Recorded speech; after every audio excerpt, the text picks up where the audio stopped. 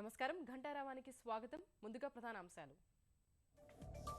రాజ్భవన్లో గవర్నర్తో ముఖ్యమంత్రి భేటీ. ఏపీ సచివాలయ భవనాల అప్పగింతపై చర్చ.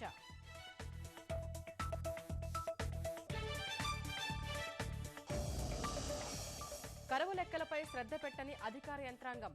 పంట నష్టంపై నివేదికలు అందించడంలో జాప్యం.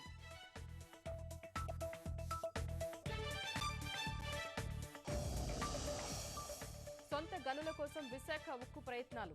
లాభాల బాట పడతామని సీఎం డి మధుసూదన్ ధీమా.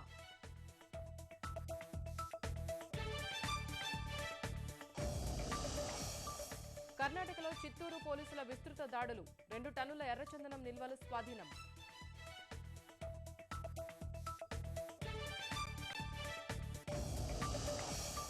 చైనా సరిహద్దుల్లో C-17 ప్రయోగం విజయవంతం. మిచూకా రన్వేపై దూసుకెళ్లిన అధునాతన విమానం.